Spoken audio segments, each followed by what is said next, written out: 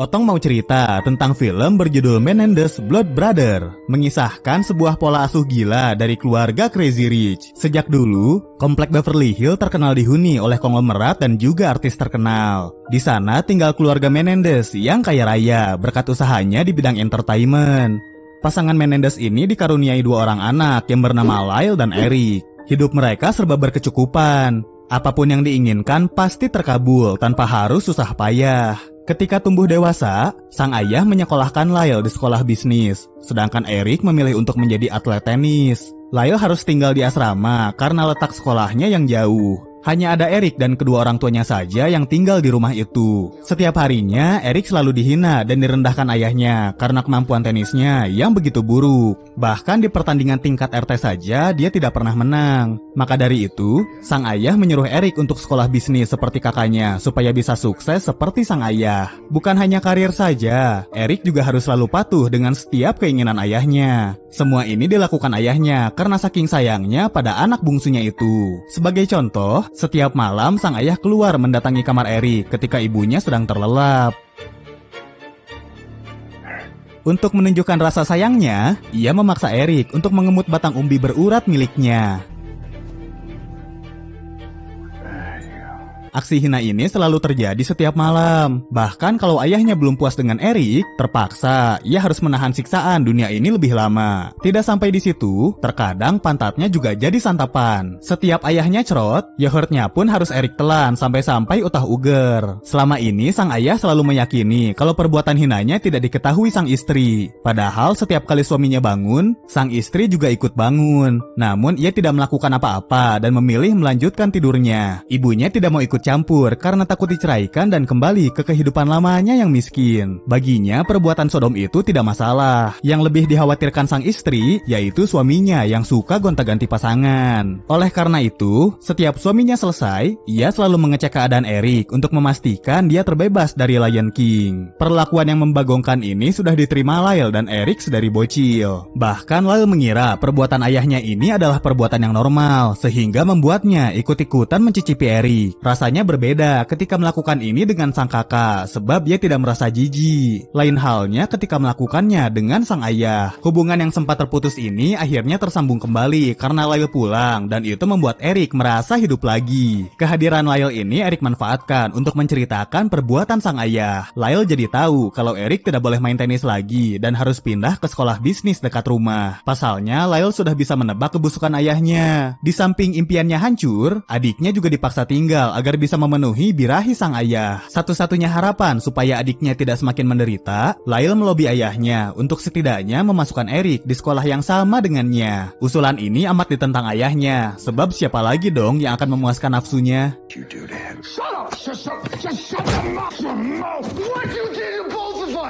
Alhasil usaha nego Lyle gagal dan Eric harus tinggal di rumah. Berita ini membuat Eric depresi berat sehingga ia sering bolak-balik ke psikolog. Lyle yang sangat protektif membuat sang ayah sadar kalau Eric ternyata cukup lambe. Ia kemudian mendatangi kamar Eric untuk menghardiknya karena dianggap tidak tahu diri. Hanya karena diminta jatah setiap malam, bukan berarti dia bisa menjelekkan ayahnya sendiri yang selama ini membuatnya hidup enak. Kehidupannya ini amat berbanding terbalik dengan kondisi ayahnya sewaktu kecil, di mana dia harus banting tulang demi melarikan diri dari Kuba untuk kabur dari kejamnya perang saudara. Ayahnya mengancam akan menyakitinya jika sampai rahasia keluarganya terbongkar ke telinga orang lain. Hal ini bisa membuat reputasinya di bisnis entertainment menjadi rusak. Kejamnya lisan sang ayah tak lagi bisa ditampung olehnya. Untuk pertama kali, mentalnya ambruk dan merasa kehadirannya di dunia tidak memiliki arti. Tidak lama dari itu, Lyle pun datang menenangkannya. Melihat adiknya yang semakin rapuh, ia berencana mengajaknya kabur dari rumah. Akan tetapi, Eric ragu, sebab kemanapun mereka pergi,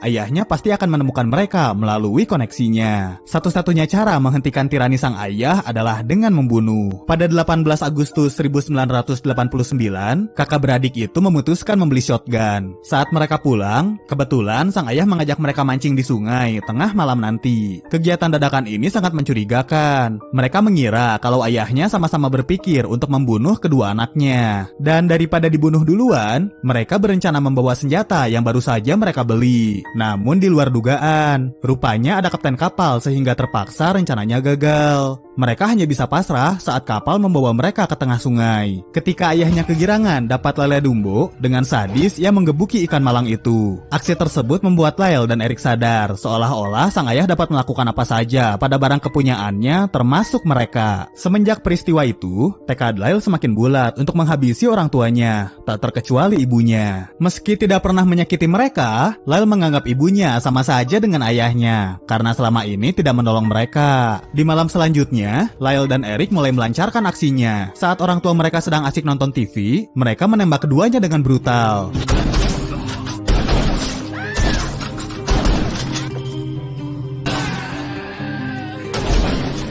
Ayahnya tewas seketika, namun sang ibu masih hidup dan memohon ampun pada mereka. Melihat itu, Eric tidak tega dan memohon pada Lyle untuk mengampuninya.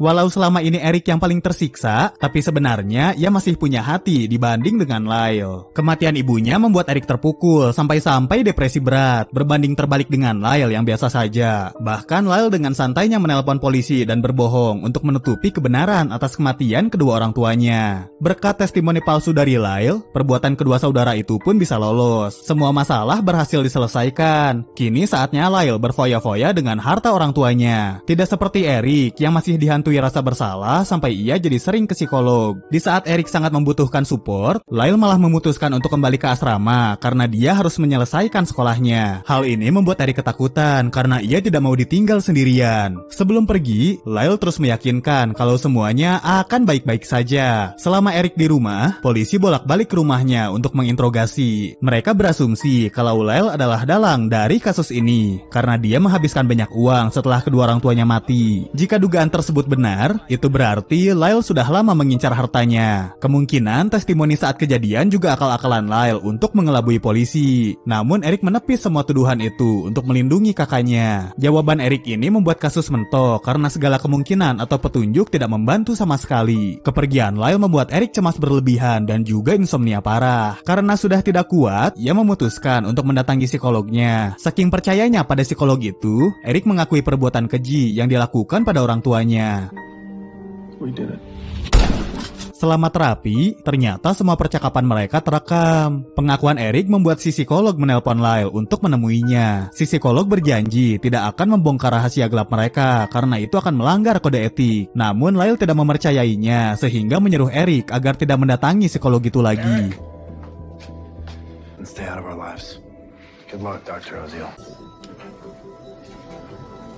Mereka tidak mengira kalau percakapan mereka terdengar oleh sesosok pelakor. Tanpa merasa khawatir, mereka kembali beraktivitas seperti biasa. Eric pergi ke Israel untuk mengikuti turnamen tenis, sementara Lyle ngegabut di rumah. Pada 7 Maret 1990, polisi tiba-tiba mendatangi kediaman Menendez dan menangkap Lyle. Polisi datang sebab menerima laporan dari pelakor kalau pelaku pembunuhan Menendez adalah anaknya sendiri. Setelah kakaknya ditangkap, Eric memutuskan untuk pulang dan menyerahkan diri. Sebenarnya Eric bisa kabur sih, namun setelah mengingat pengorbanan sang kakak, ia memilih menemaninya di penjara. Kasus Menendez yang sempat tertunda ini membuat warga gempar lagi. Ada yang mengatakan kalau kedua bersaudara ini gila harta, dan ada juga yang bilang kalau kasus ini adalah pembunuhan berencana. Sejak penangkapan, Eric dan Lyle berada di lapas yang sama, sehingga menyebabkan mereka saling menyalahkan hingga berujung ribut. Hubungan mereka yang pada awalnya akur, kini menjadi renggang. Andai saja Lyle dan Eric tidak membunuh orang tuanya, mungkin mereka masih punya masa depan yang cerah. Meski kedua orang tua mereka brengsek, Eric curhat kepada Lyle kalau dia merindukan nikmatnya siksaan sang ayah. Bagi Lyle, Eric itu sangat lemah dan terlalu lembek. Daripada menyesali masa lalu, seharusnya adiknya itu memikirkan cara untuk keluar dari sini. Lyle dongkol karena lagi-lagi dialah yang harus membereskan masalah sang adik. Untuk mewujudkannya, Lyle dan Eric memanggil pengacaranya masing-masing karena sebentar lagi sidang akan dilakukan. Sidang kasus pembunuhan pasangan Menendez pun dimulai. Di sidang ini, pengacara Eric bermaksud untuk menggugat mantan psikolognya Eric. Akan tetapi, psikolog itu malah menuntut balik. Alhasil, pengacaranya makin kesulitan untuk membela Eric. Belum lagi, hingga detik ini, ia belum menemukan bukti yang bisa meyakinkan kliennya tidak bersalah. Untuk mencari titik terang, pengacara terus-menerus membujuk Eric dan Lyle untuk menceritakan kejadian yang sebenarnya, tanpa ada yang ditutup-tutupi. Akhirnya di pengadilan, kedua bersaudara itu mengaku kalau mereka telah menerima tusukan kematian dari sang ayah sejak kecil. kecil. Pengakuan ini mereka gunakan untuk mencari empati publik, berhubung sidang ini disiarkan secara nasional. Keluarga besar Menendez juga ikut mendukung pernyataan Lyle dan Eric. Touching him.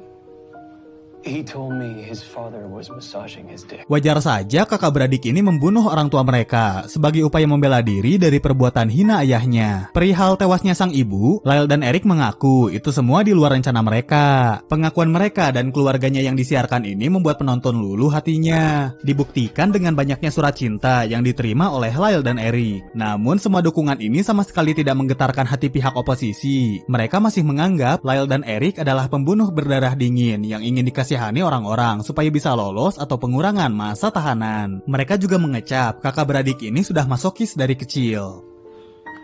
He's a homosexual. Banyaknya pro dan kontra membuat juri terpaksa melakukan sidang ulang. Dalam sidang berikutnya, kamera dan anggota keluarga tidak diizinkan hadir supaya para juri tetap netral. Gara-gara banyak larangan dalam sidang ulang ini, pengacara kakak beradik ini jadi kehabisan bukti. Alhasil pada 20 Maret 1996, Menendez guilty of murder. pihak Lyle dan Eric terbukti bersalah atas pembunuhan berencana. Saking berbahayanya, mereka dijatuhi hukuman mati dan harus menjalani masa tahanan di penjara yang tingkat keamanannya paling maksimum. Selama 21 tahun, Lyle dan Eric yang berbeda lapas tidak pernah saling bertemu lagi. Pusing-pusing sekongkol, malah kebongkar sama pelakor. Cakep. Film ini Otong beri rating, harga 1 saset Nutrisari Jeruk Florida. Otong undur diri dan jangan lupa subrek.